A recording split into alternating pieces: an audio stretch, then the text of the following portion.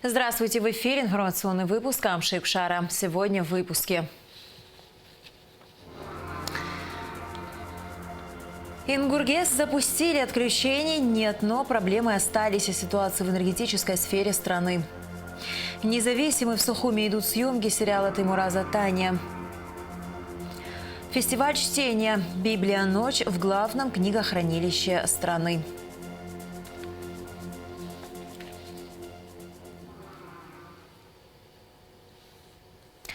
Вице-премьер-министр экономики Кристина Узган находится в рабочей командировке в Москве, сообщает пресс-служба ведомства. Кристина Узган уже встретилась со своим коллегой, заместителем министра экономического развития России Сергеем Назаровым. Стороны обсудили ряд вопросов межведомственного взаимодействия по линии реализации инвестиционной программы содействия социально-экономическому развитию Абхазии, вопросы энергетики, гармонизации и совершенствования инвестиционного законодательства республики. В развитии темы возобновления авиасообщения с Абхазией Кристина Узган также встретилась с потенциальным инвестором и обсудила дорожную карту и мастер-план реконструкции инфраструктуры Сухумского аэропорта. 30 апреля в Сочи состоится встреча министра здравоохранения Абхазии Тамаза Цахнакия и руководителя Федеральной службы по надзору в сфере защиты прав потребителей и благополучия человека. Главным государственным санитарным врачом России Анной Поповой, сообщает пресс-служба Минздрава. Планируется обсудить вопросы организации перехода через абхазо-российскую границу в период туристического сезона, совместной борьбы с коронавирусной инфекцией, подготовки кадров на базе Ставропольского противочумного института для работы в двух новых ПЦР-лабораториях в Гагре и Учимчире. Тамаз Цахнакия и Анна Попова также обсудят проект соглашения между Минздравом Абхазии и Роспотребнадзором. Ингурская гидроэлектростанция введена в эксплуатацию. Действовавший на протяжении длительного времени график верного отключения электроэнергии отменен. Однако проблемы в энергосистеме страны остаются, а значит, возможны аварии и, как следствие, отключения света. Какие меры планирует предпринять руководство предприятия «Черноморэнерго», чтобы вывести энергосистему из кризиса, узнавала Гугуца Вардания.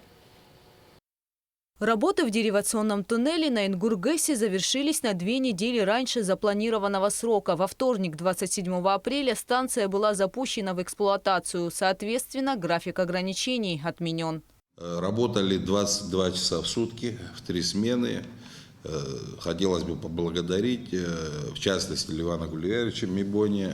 И закончили практически почти на 2 недели раньше. С учетом того, что мы потребляли в среднем 6-7 миллионов киловатт, даже с учетом того, что потеплело, мы сэкономили довольно значительное количество энергии, благодаря тому, что ремонт закончен раньше. Да, вчера мы перешли на обеспечение с Ингургеса, и сегодня мы уже питаемся нашей энергией. И все же отключения возможны, так как в течение недели энергосистема республики будет работать в тестовом режиме. Ведь Ингургес была остановлена на 4 месяца. Кроме того, воздушные линии в Ачгваре, которые обеспечивают электричеством большую часть республики, по-прежнему находятся в критическом состоянии. Однако есть и хорошая новость. Их будут ремонтировать. Работы планировали начать во время ремонта Ингургеса, но не успели. К сожалению, не успели в этот период.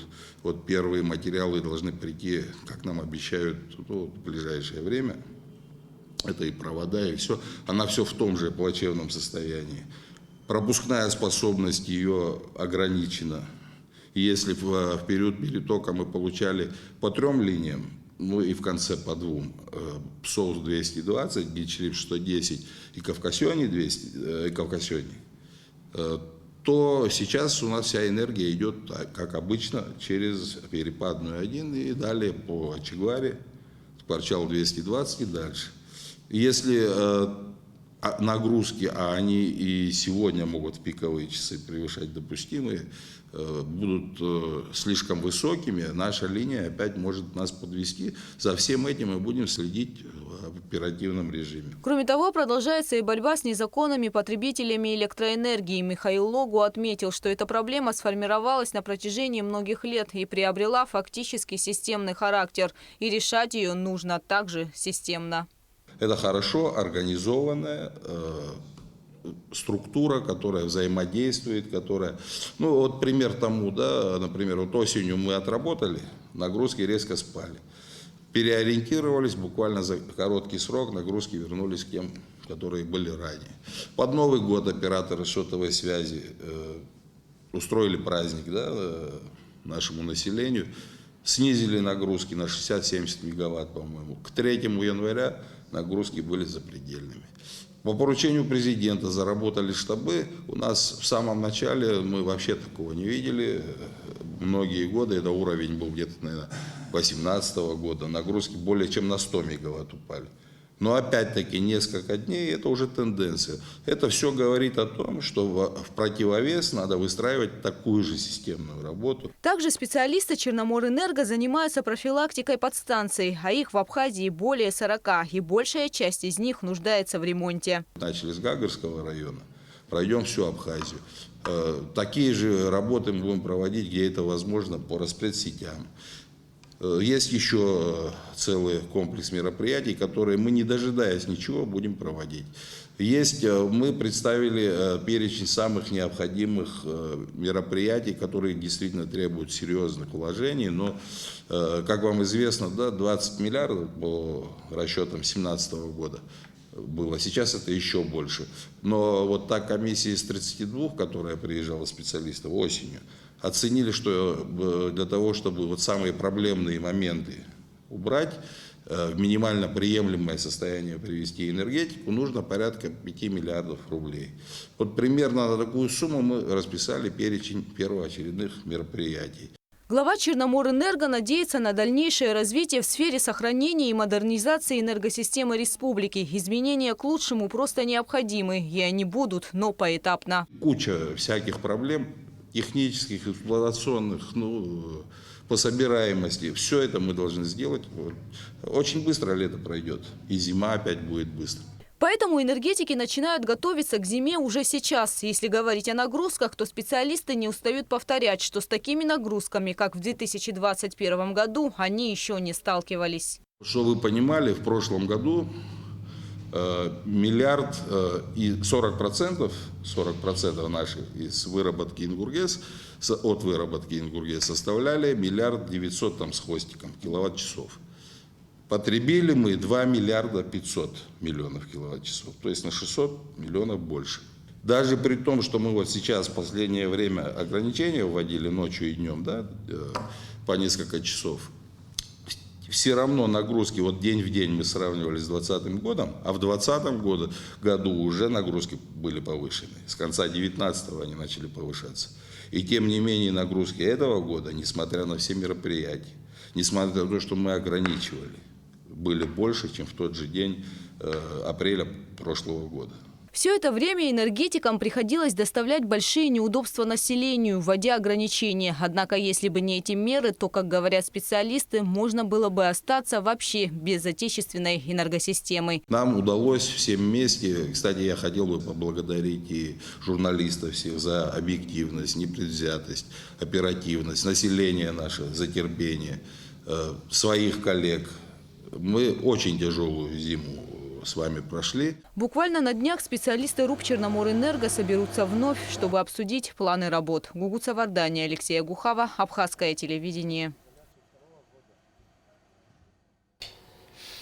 По материалам проверки, проведенной Управлением Генпрокуратуры по надзору за исполнением законодательства Абхазии, прокуратура города Сухум возбудила уголовное дело по факту присвоения денежных средств в особо крупном размере в отношении бывшего главного бухгалтера Управления образования столичной администрации Чаня Джалиты Рудольфовны. Как сообщается на сайте Генпрокуратуры, материалами уголовного дела установлено, что, будучи главным бухгалтером, Джалита Чаня начисляла заработную плату сотрудникам после их освобождения от занимаемых должностей. Она также осуществляла неправомерное зачисление денежных средств на зарплатные карты сверхразмеров, начисленных в соответствии с расчетно-платежными ведомостями. Джалита Чаня умышленно путем присвоения денежных средств посредством их обналичивания с 23 января 2017 года по 17 мая 2019 года похитила денежные средства в особо крупном размере на общую сумму 1 436 000 рублей. В настоящее время проводятся все необходимые следственные и процессуальные мероприятия. Что может быть лучше свежих овощей на весеннем столе? На рынке уже появились огурцы и помидоры местного производства. Наша съемочная группа побывала в тепличном хозяйстве села Кындых. Здесь выращивают в основном огурцы, хотя в планах у руководства расширить производство и ассортимент продукции. Алика Трапш расскажет подробнее. Тепличное хозяйство «Кындык-Агро» по выращиванию томатов и огурцов было открыто в 2017 году по программе льготного кредитования. В комплекс вложено порядка 250 миллионов рублей заемных средств Россельхозбанка и около 25% собственных средств. Общая площадь участка 16 гектаров. Первые 3 года в теплице на территории в 3 гектара выращивали помидоры. К примеру, в 2018 году было собрано около 500 тонн урожая. Однако из-за ряда нерешенных технологических вопросов владельцы тепличного комплекса «Кындык-Агро» решили выращивать только огурцы, так как они менее прихотливы. И вот на протяжении 1,5 лет в тепличном хозяйстве выращивают огурцы. На территории в 4 гектара высажено более 80 тысяч корней огурцов. На данный момент у нас 2 вида, 2 сорта. То есть это вот сорт «Мамлюк». И вот в следующем гектаре у нас 1 гектар эстафеты. Где-то в районе 81 тысячи корней. Ожидаем 300-320 тонн. Оптовая цена за килограмм огурцов сорта «Мамлюк» 110 рублей, а сорта «Эстафета» 150. Предприятие в основном работает на экспорт. В настоящее время уже реализовано порядка 60 тонн. У тепличного хозяйства «Кындык-Агро» проблем с вывозом продукции через абхазо-российскую границу не возникает. Что касается именно границы с экспортом, у нас еще ни разу вот за все эти годы не было никаких проблем, потому что на самом деле все идут навстречу, все очень сильно помогают. Что касается торгово-промышленной палаты, там вообще никаких проблем никогда не возникало с таможней нашей. Все помогают, все как могут помогают. То есть, вот с 18 года то, что мы экспортируем, у нас еще не было никаких препятствий, никаких проблем касаемо вывоза продукции нашей. В теплицах постоянно следят за температурой воздуха. Если днем температура превысит 26 градусов, саженцы погибнут. Также ночью температура не должна быть ниже 9 градусов. Нужную температуру в теплицах поддерживают с помощью отопительной трубы протяженностью 84 километра и системы вентиляции. Постоянно в тепличном хозяйстве работают 35-40 человек. В период сбора урожая привлекаются и жители близлежащих сел. Марина Матуа – одна из них. Она признается, что работа тяжелая, но условия и заработная плата хорошие. С утра начинаем сбор, с 8 часов приходим, работаем до 4:30. Начальство очень доброе, хорошее. Здесь коллектив, отзывчивые люди. Нас привозят, отвозят, 750 рублей платят, не считая то, что у нас здесь столовая есть, еще и кормят. В этом году в тепличном комплексе посадили новые пробные сорта томатов черри – высокорослые и низкорослые. Помидоры дают от 36 килограмм до 48 килограмм с 1 квадратного метра. Но при нашем климате показатели обычно варьируются 25-26 килограмм с квадратного метра. Это то с 4 растений. В тепличном комплексе «Кындык-Агро» требуется реконструкция поливальной системы. Существующая не могла удовлетворить питание томатов, и поэтому не было урожайности, из-за чего затраты превышали прибыль. Эта поливальная машина была поставлена для больших пространств, именно для грунта, для земли, для открытого пространства. Она не предназначена для выращивания минеральной ваты на гидропонике, так как у нее нет миксерного узла, который подготавливает раствор и уже готовый раствор. Она называется, система это inline, то есть что говорит в линии. Если бы мы выращивали бы на поле, эта система нам бы подошла отлично. Но так как гидропоника, она не может дать те показатели питательные, чтобы мы могли выращивать спокойно томаты, они более требовательны к питанию, более высокая концентрация нужна. Поэтому мы перешли на огурцы, они более снисходительны к качеству полива. Реконструкция поливальной системы обойдется тепличному комплексу «Кындык-Агро» в 2,5 миллиона рублей. Но это необходимо, чтобы начать выращивание томатов. Алика Трапш, Алексей Баструков, Абхазское телевидение. Сотрудники госавтоинспекции Министерства внутренних дел Республики проводят рейды по выявлению нечитаемых, видоизмененных, подложных государственных номерных знаков на автотранспорте. Подробности в материале пресс-службы МВД. Сотрудники госавтоинспекции усилили работу по выявлению нечитаемых, видоизмененных, подложных государственных регистрационных знаков. Все транспортные средства должны иметь регистрационные знаки единого государственного образца. Передвижение на автомобиле без присутствия номеров с неподдающимися идентификации, а также езда с подложными номерами – грубое нарушение норм. Водитель, нарушивший данные правила, привлекается к административной ответственности и будет нести наказание в соответствии с Кодексом административных правонарушений Республики Абхазия. В целях задержания транспортных средств, предоставляющих оперативный интерес по линии госавтоинспекции, сегодня на территории республики сотрудники специализированной роты Управления госавтоинспекции Республики Абхазия и отделов госавтоинспекции горрайорганов провели профилактические мероприятия с применением группового метода несения службы. Основная цель мероприятия – предупреждение административных нарушений, связанных с управлением транспортными средствами с нечитаемыми или видоизмененными, подложными или находящимися в розыске государственными регистрационными знаками, а также формирование у водителей транспортных средств сознания о высокой степени риска быть задержанными за управление транспортным средством за вышеуказанные правонарушения. Согласно частям 6 и 7 статьи 116 Кодекса об административных правонарушениях Республики Абхазия, управление транспортными средствами без государственных регистрационных знаков, а равно управление транспортным средством без установленных на предусмотренных для этого местах государственных регистрационных знаков, либо управление транспортным средством с подложными номерами, государственными регистрационными знаками, видоизмененными или оборудованными с применением устройств или материалов, препятствующих идентификации государственных регистрационных знаков, либо позволяющих их видоизменить или скрыть, влечет наложение административного штрафа в размере от 3000 до 4800 рублей. А в случае, если на транспортном средстве установлен заведомо подложный государственный регистрационный знак, штраф составит 6000 рублей. Госавтоинспекция продолжит работу в данном направлении, и подобные совместные рейды станут регулярны. Будьте внимательны на дорогах и не нарушайте закон. Министр культуры Гудиса Агарба находится с рабочим визитом в Нижнем Новгороде. В Нижегородском Кремле Гудиса Агарба встретился с руководством города и области. Стороны договорились заключить соглашение о сотрудничестве в сфере культуры. Нижний Новгород готовится отметить свой юбилей в рамках празднования 800-летия. Городу уже запланированы масштабные мероприятия с участием иностранных гостей, в том числе творческих коллективов Абхазии. Создание фильма – увлекательный процесс. Кому из нас не хотелось побывать на съемочной площадке или даже поучаствовать в кинопроцессе? В Сухуми идет съемка сериала Теймура Затания «Независимый». Наши корреспонденты побывали на съемочной площадке и узнали, о чем будущий сериал. Репортаж Эсмы Гуланзе. Все собираемся на съемочной площадке. Осталось 40 минут. С 9 утра на столичной набережной необычайное оживление. Все эти молодые люди с плакатами и флагами митингуют понарошку по команде режиссера. Всего участников массовки более 300 человек. И это не считая профессиональных актеров, операторов, режиссеров и других участников кинопроцесса. Антуража добавляет огромная пожарная машина, стоящая прямо на прогулочной зоне.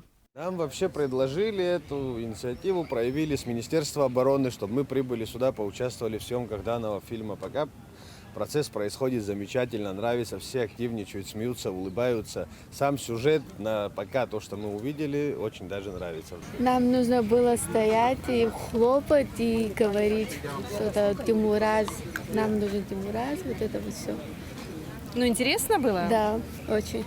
Автора и по совместительству главного героя сериала Теймура Затания зритель знает еще со времен КВН. Сегодня Тимур – известная личность в российской киноиндустрии.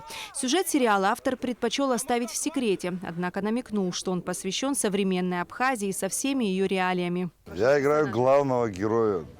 А что с ним случилось? Он подрался? Ну да, он подрался, можно так сказать. Я бы сейчас не хотел говорить о сюжете, но о своем герое могу сказать, что это справедливый человек, воспитанный своим дедушкой, который, в принципе, за основу всего берет это, как справедливость для него самое главное, так можно сказать.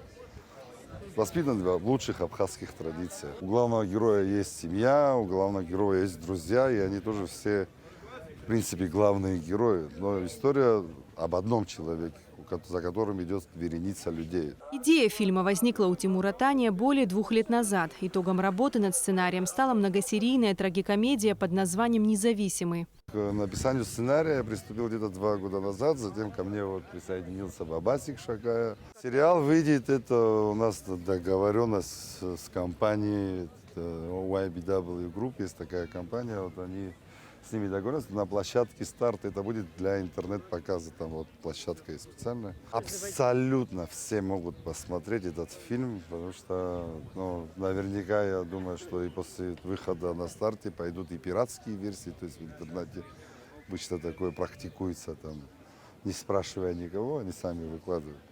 Поэтому можно будет забить независимый. Если фильм понравится зрителю, то, я думаю, он наберет просмотров много. В съемках участвует еще один именитый актер Ашот Кищан. В сериале он играет роль друга главного героя Тимура Тания. Все как и в жизни, говорит Ашот. 99 или 2000 год, когда мы совершенно случайно попали вместе в одну лигу, лига КВН, они команда КВН «Нарты».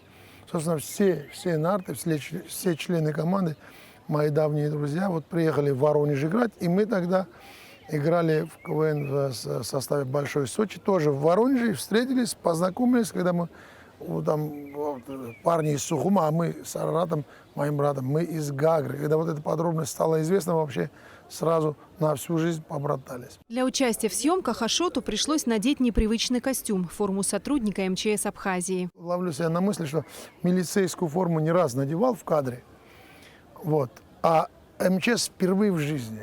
Вот, персонаж, МЧСник. Очень приятно. Как раз в внутри самой истории, в проекте мы тушим пожар, с этого начинается. То есть действующие такие активные пожарники, МЧСники. Съемки сериала «Независимый» продлятся до 10 мая. Проходить они будут не только в Сухуми, но и в других городах и даже селах республики. На экране зритель увидит как профессиональных актеров, так и любителей. О сроках выхода фильма его создатели обещали сообщить позже. Эсма Гуланзе, Саида Гухава, Абхазское телевидение. Национальная библиотека имени Ивана Папаскир провела уже ставший традиционным фестиваль чтения «Библионочь». Впервые данная акция была инициирована Российским библиотечным сообществом и Ассоциацией менеджеров культуры в 2012 году. В 2016 году к ней присоединилась и Абхазия. Сотрудники главного книгохранилища страны и на этот раз подготовили интересную и насыщенную программу. «Библионочь-2021» предложила своим посетителям викторину о книге и библиотеке, книжную выставку «Творческий вечер молодых талантов», просмотр фильмов и много других интересных мероприятий. Репортаж Сарии Кварцхелия.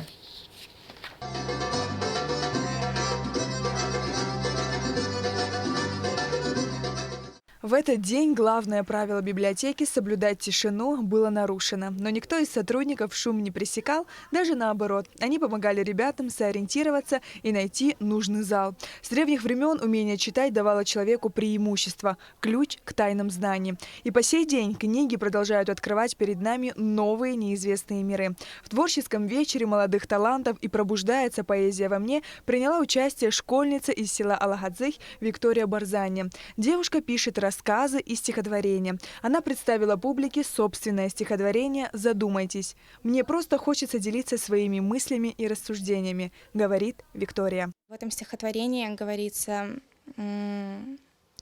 о простой, но очень распространенной проблеме, о том, что люди не ценят того времени, которое у них есть, а надо было бы. В подобном мероприятии я участвую впервые. На самом деле очень волнительно, но в то же время очень интересно. Мы находим единомышленников, а это очень приятно. Одноклассница Виктории Ирена Богданова тоже пишет стихи. В своем творчестве она поднимает актуальные и серьезные проблемы нашей страны и молодежи. Задумалась сейчас я резко, какой же будет мир потом. И поняла, что будет мерзко при виде человека в нем. К чему сейчас катится народ? Наркотики, убийства, воровство. А сколько жизней гибнет в год? В авариях умирает большинство. Я, если честно, начала писать очень спонтанно и вообще не ожидала то, что когда-то дойду до этого. Я перешла в новую школу, и учительница говорит: а попробуй написать стихотворение. Я, если честно, вначале не хотела. Я просто всеми способами говорила, что у меня это не получится, это вообще не мое. Но когда я села и просто задумалась о нашем обществе, насколько его надо перестроить, у меня слова сами лились. То есть я как бы хочу показать человеку его ошибки, ярые ошибки, чтобы он, прочитав это стихотворение, попытался как-то исправиться. Надо развивать молодежь. Не надо сидеть только в интернете, как сейчас делает это вся молодежь, и не думает вообще о литературе. Молодежный вечер начинающих поэтов и «Пробуждается поэзия во мне» проходит в библиотеке уже второй раз. Проект ориентирован на выявление юных дарований в области поэзии, встречу с писателями, пропаганду и популяризацию поэтического слова. Начинающим авторам дается возможность продемонстрировать свое владение пером. В завершении вечера ребятам были вручены сборники с их стихами и биографией. Но так как мы хотели сделать это традиционным, мы решили продолжить наше мероприятие и включить туда уже все регионы Абхазии, начиная с Гагры, кончая Галом. И мы с Борисом Шаликовичем Челария, директором библиотеки, объездили все районы Абхазии, побывали во всех отделах образования и культуры, в некоторых школах и выявили, если в первой части нашего мероприятия было 33 юных талантов, то уже во второй части, вот сегодня вы свидетелями являетесь, уже 60. Одни читали стихи собственного сочинения, другие смогли поучаствовать в викторине о книге и библиотеке. Лев Шамба – ученик 9 класса Сухумского лицея-интерната. В викторине о книге и библиотеке он участвует впервые. Лев – гуманитарий, любовь к чтению у него с самого детства. Впечатления приятные. Приехали мы с своим учителем по истории Астандой Евгеньевной Гармелией. Благоприятная обстановка, дружественная. Познакомился с другими ровесниками. Вопросы не были сложными. В них может разобраться человек, который много читает и интересуется библиотечным делом. Вопросы в основном касались книг и библиотеки. Были две команды – Сухумского интерната и 7-й столичной школы. Дети продемонстрировали хорошие знания, а отличившимся были вручены грамоты и книги. Действительно, дети ответили на наши вопросы, они оказались для них несложными. Да, есть сложные тоже вопросы, но мы им помогали. Также арт-студия «Мухос» провела выставку рисунков «Я рисую космос». Посетителям фестиваля показали фильмы «Время первых» и 7 новелл Михаила Лакарба. Проект «Библия ночь» является международным. Его проводят во многих странах мира. Несмотря на широкую географию этой акции, для всех выбирается одна общая тема. В этом году событие посвящено 60-летию полета в космос Юрия Гагарина. Акция «Библия ночь» продлится сутки. Сария Кварацхеля, Инала Гухава, Абхазское телевидение.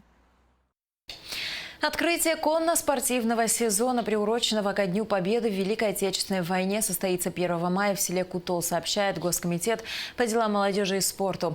В программе запланировано 3 скачки на различные дистанции. Помимо скачек, наездники покажут свое мастерство в таких состязаниях, как конный футбол и метание дротиков. Праздничную атмосферу поддержит концертная программа с участием творческих коллективов в Абхазии. Мероприятие начнется в 10 утра с возложения цветов к мемориалу погибших защитников Отечества. И о погоде.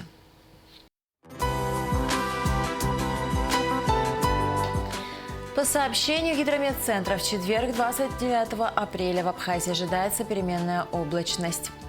Ночью и днем без осадков. К вечеру местами возможен небольшой дождь. Температура воздуха ночью 8-13, днем 18-23 градуса. Температура морской воды 13 градусов.